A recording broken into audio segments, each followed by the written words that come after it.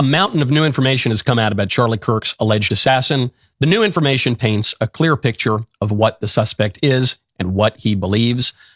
Based on the current evidence and everything that keeps coming in, the suspect's ideology could not possibly be clearer. The media are clearly trying to hide what he believed and who he was. What are the facts? What do we know now? What is not even contested by the liberal media before they put their spin on it? The shooter was not a student at the school. Charlie was assassinated at this university in Utah. He was not a student. He drove about 3 hours to get there. The bullets that he fired and that he had chambered and in his magazine included multiple engravings. One was, "Hey fascist!" ! Catch, all caps, ! Seems pretty clear what his ideological motivation is. Next bullet. "Oh, Bella Ciao, Bella Ciao, Bella Ciao, Ciao, Ciao," which is an Italian Antifa song. Antifa, the far-left terror organization, ostensibly anti-fascist, but goes way, way back and apparently has been popular online and in video game culture. Third engraving. "Notices bulges, OWO, what's this?" This is apparently a reference to furry subculture. Furry, people have probably heard about it at some point over the years. It's this weird sex thing. It's this freaky sex thing where people dress up as anthropomorphic animals and do sex stuff.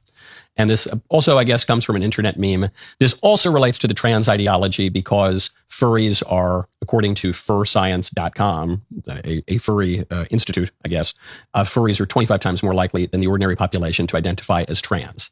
So weird sex stuff tracks entirely left-wing. At a recent family dinner, the shooter reportedly spoke to a family member about why he hated Charlie Kirk, and the conversation referenced that, quote, "Kirk was full of hate and spreading hate."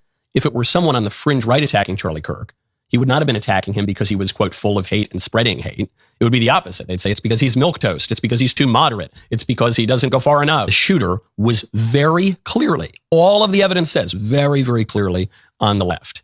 And we have not yet talked about the shooter's live-in boyfriend. Outlets are reporting that the suspect lived with a transgender partner. Is that accurate? And are investigators looking at this part of his life as a possible motivation? Yes, definitely. And yes, I can confirm that. I know that has been reported and that the FBI has confirmed that as well, that the roommate was a romantic partner, a male transitioning to female. The CNN lady goes on. She says, well, we don't want to come to conclusions. We need to be very, very careful. I don't know. We're trying to figure out if the guy who killed one of the most prominent political figures in America had a political motivation. And he wrote these far left slogans all over the bullets. And he was homosexual, dating a man who thinks that he's a woman. So, gee, I don't know. It doesn't take Sherlock Holmes. Pretty sure he wasn't a Burkean conservative.